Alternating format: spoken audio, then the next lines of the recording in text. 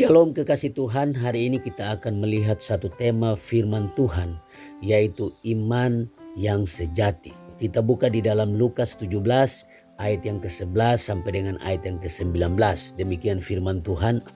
Ke-10 orang kusta. Dalam perjalanannya ke Yerusalem, Yesus menyusur perbatasan Samaria dan Galilea.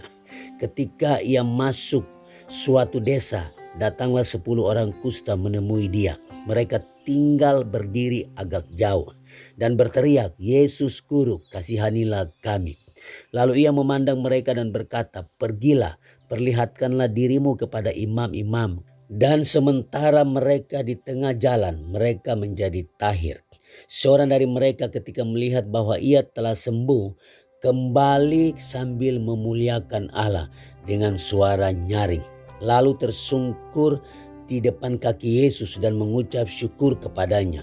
Orang itu adalah seorang Samaria. Lalu Yesus berkata, "Bukankah 10 orang tadi semuanya telah menjadi tahir? Di manakah yang 9 orang itu? Tidak adakah di antara mereka yang kembali untuk memuliakan Allah selain daripada orang asing ini?" Lalu ia berkata kepada orang itu, "Berdirilah dan pergilah, imanmu telah menyelamatkan engkau." Nah kekasih Tuhan, perikop ke-10 orang kusta ini kita tidak temukan di dalam kitab-kitab Injil yang lain. Hanya ada dalam Injil Lukas.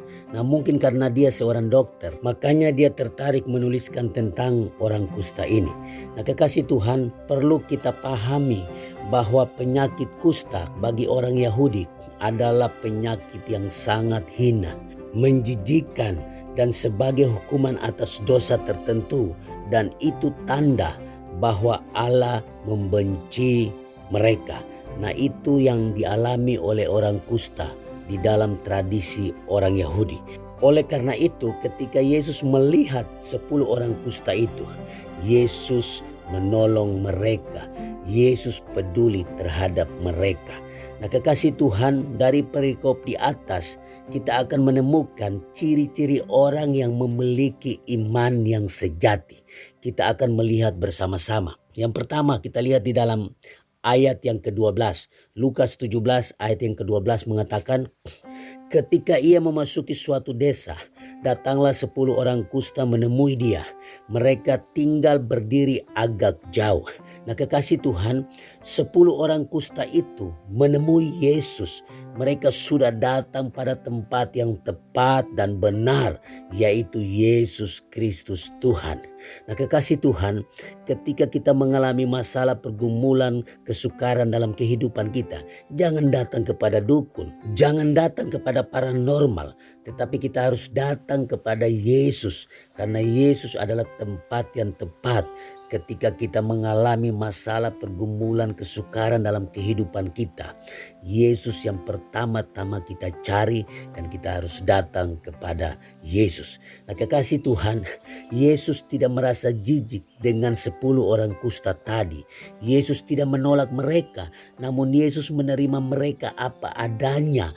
Karena untuk orang seperti mereka inilah Yesus datang ke dalam dunia. Dan ingat baik-baik kekasih Tuhan, untuk kita orang seperti kita inilah, yaitu orang berdosa, Yesus datang ke dalam dunia ini. Yesus bukan datang untuk orang yang sempurna. Yesus bukan datang untuk orang yang suci, tetapi Yesus datang untuk orang yang banyak masalah, orang yang penuh dengan dosa. Dan dosa adalah masalah terbesar dalam kehidupan kita. Nah untuk itulah Yesus datang ke dalam dunia ini untuk kita orang berdosa. Nah kekasih Tuhan, di dalam ayat yang ke-12 mengatakan mereka berdiri agak jauh. Kenapa demikian? Karena dalam tradisi orang Yahudi, orang sakit kusta tidak boleh mendekat dengan orang yang sehat. Karena orang sakit kusta itu menjijikkan, hina dan sebagainya. Karena itu mereka harus dipisahkan dengan orang yang sehat.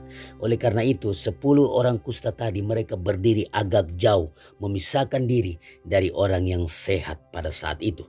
Nah kekasih Tuhan, poin penting pada ayat ke-12 ini yaitu apapun sakit kita, masalah kita, kesukaran kita, kita harus datang ke tempat dan orang yang tepat dan benar, yaitu Yesus Kristus Tuhan Juru Selamat kita. Nah, itulah iman yang sejati. Nah, kekasih Tuhan, dari ayat ke-12 ini kita menemukan bahwa orang yang memiliki iman yang sejati adalah orang yang dalam segala hal dia selalu datang kepada Yesus Kristus Juru Selamat. Itulah orang yang memiliki iman yang sejati.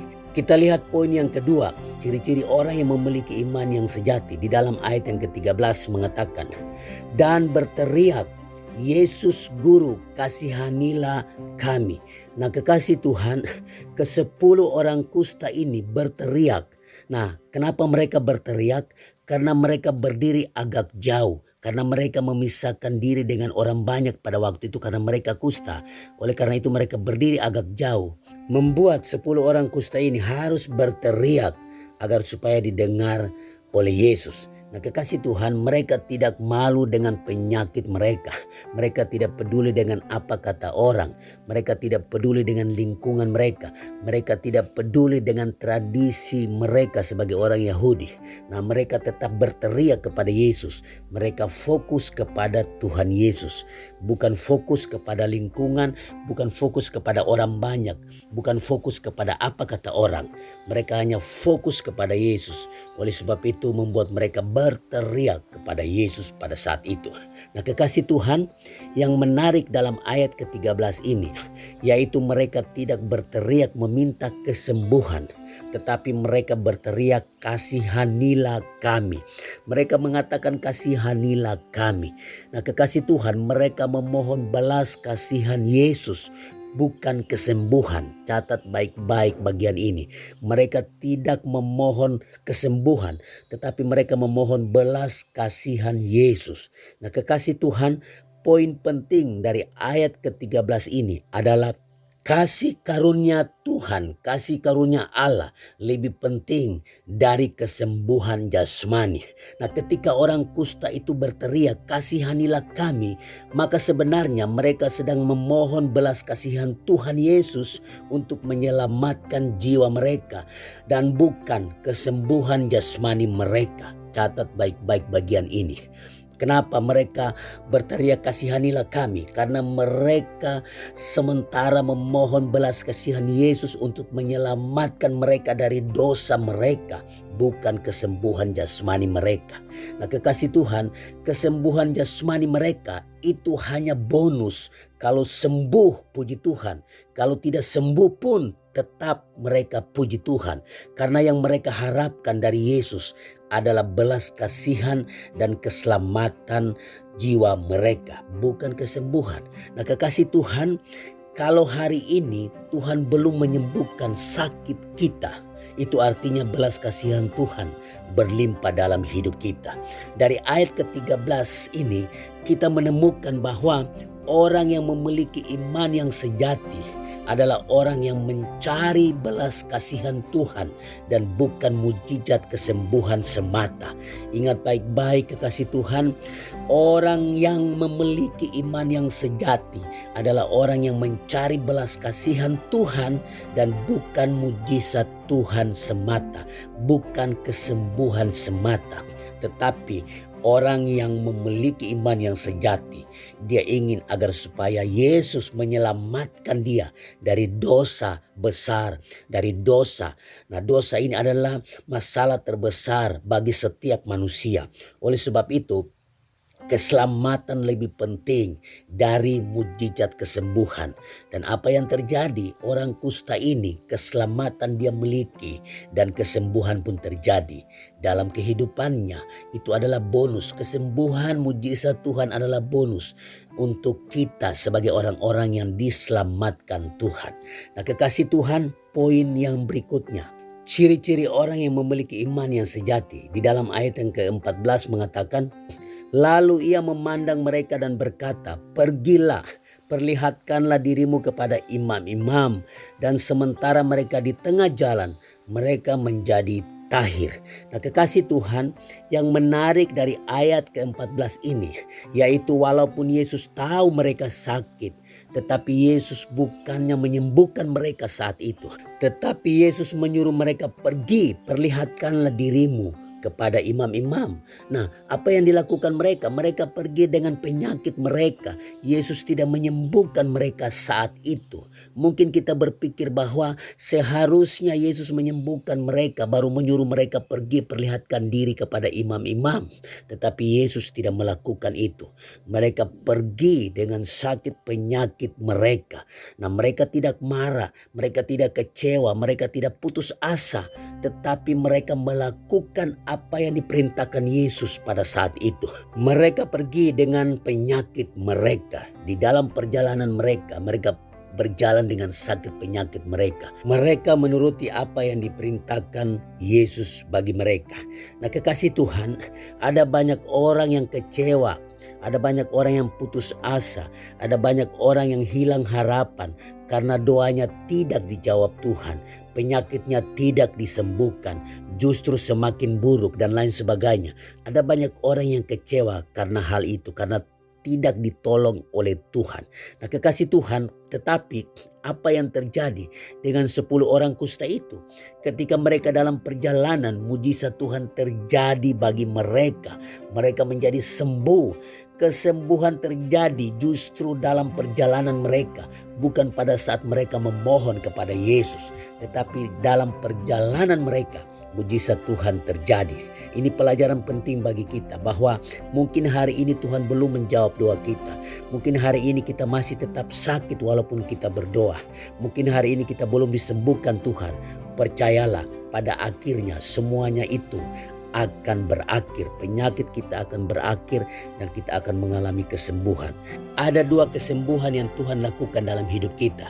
Yang pertama, di dalam perjalanan hidup kita, Tuhan akan menyatakan mujizat kesembuhan dari sakit penyakit kita. Kita akan sembuh karena mujizat Tuhan. Dan yang kedua, Tuhan akan menyembuhkan kita ketika kita dipanggil Tuhan bersama-sama dengan Tuhan di dalam kerajaan sorga. Kita tidak lagi mengalami sakit penyakit kekal untuk selama-lamanya. Bisa saja kita mengalami yang pertama atau yang kedua. Bisa saja Tuhan menyembuhkan kita sesuai dengan kehendak Tuhan. Dan juga pada akhirnya Tuhan memanggil kita untuk mengakhiri segala sakit penyakit, kesukaran, masalah, dan pergumulan hidup kita. Jadi kita jangan kecewa. Jangan putus asa dengan Tuhan. Karena pada akhirnya semua kesukaran, pergumulan, masalah, apapun yang kita hadapi dalam hidup ini akan berakhir. Dan kita akan hidup bersama-sama dengan Tuhan. Nah, kekasih Tuhan, poin penting dari ayat ke-14 ini yaitu tidak selalu Tuhan menjawab doa kita sesuai dengan apa yang kita minta. Kita minta kesembuhan, tetapi kesembuhan tidak terjadi. Namun yang diberikan Tuhan adalah kekuatan untuk kita menjalani penyakit itu. Jadi ini poin penting dari ayat yang ke-14. Nah, dari ayat ke-14 ini kita menemukan bahwa orang yang memiliki iman yang sejati adalah orang yang melakukan perintah Tuhan dengan tidak bersungut-sungut, namun dengan hati yang bersyukur. Dan ketika kita melakukan itu, maka ada ketenangan hidup, ada kekuatan baru, ada damai sejahtera yang Tuhan curahkan bagi kita. Walaupun mungkin masalah kita belum selesai, tetapi Tuhan memberikan kekuatan bagi kita. Tuhan memberikan penghiburan bagi kita. Tuhan memberikan damai sejahtera bagi kita untuk menjalani hidup ini, untuk melewati setiap pergumulan kesukaran dalam kehidupan kita. Puji Tuhan. Nah, kekasih Tuhan, berikutnya kita akan melihat ciri-ciri orang yang memiliki iman yang sejati di dalam ayat yang ke-15 dan ayat yang ke-16. Demikian firman Tuhan. Seorang dari mereka ketika melihat bahwa ia telah sembuh, kembali sambil memuliakan Allah dengan suara nyaring, lalu tersungkur di depan kaki Yesus dan mengucap syukur kepadanya. Orang itu adalah seorang Samaria. Nah, kekasih Tuhan, dalam ayat yang ke-15 dan ayat yang ke-16 ini kita menemukan respon dari 10 orang kusta itu ketika mereka disembuhkan Yesus dari kusta mereka. Yang 9 orang tidak tahu diri, tidak tahu bersyukur. mereka pergi meninggalkan Yesus. Dan yang satu orang kembali kepada Yesus dan mengucap syukur dan memuliakan Allah dengan suara nyaring. Kekasih Tuhan termasuk yang mana? Termasuk yang 9 orang atau yang satu orang? Jawab masing-masing. Nah, kekasih Tuhan, ada banyak orang yang mengikuti Yesus hanya untuk mencari mujizat dan berkat-berkat Tuhan saja. Bukan Yesus yang mereka cari, tetapi mujizatnya yang mereka cari. Dan setelah mereka mengalami mujizat Tuhan, mereka pergi meninggalkan Yesus. Mereka tidak tahu berterima kasih, mereka tidak mengucap syukur kepada Yesus. Dan itu banyak terjadi akhir-akhir ini. Nah, kekasih Tuhan, dengar baik-baik akan hal ini. Orang Kristen yang mengikuti Yesus hanya untuk mencari mujizat dan berkat-berkatnya saja, ia tidak akan pernah mengucap syukur kepada Yesus. Dan ini banyak terjadi. Nah, kekasih Tuhan, kita mencari Yesus, jangan kita hanya mencari mujizatnya saja, berkatnya saja. Tetapi yang terutama kita harus mencari pemberi berkat itu, yaitu Yesus. Kita harus memiliki pohonnya, bukan buahnya. Ketika kita memiliki pohonnya, yaitu Yesus, maka kapan saja kita bisa menikmati buahnya. Kapan saja kita menikmati berkat Tuhan. Tetapi kalau yang kita cari mujizat atau berkat-berkatnya saja, maka kita akan kecewa dan putus asa ketika Tuhan belum memberikan mujizat.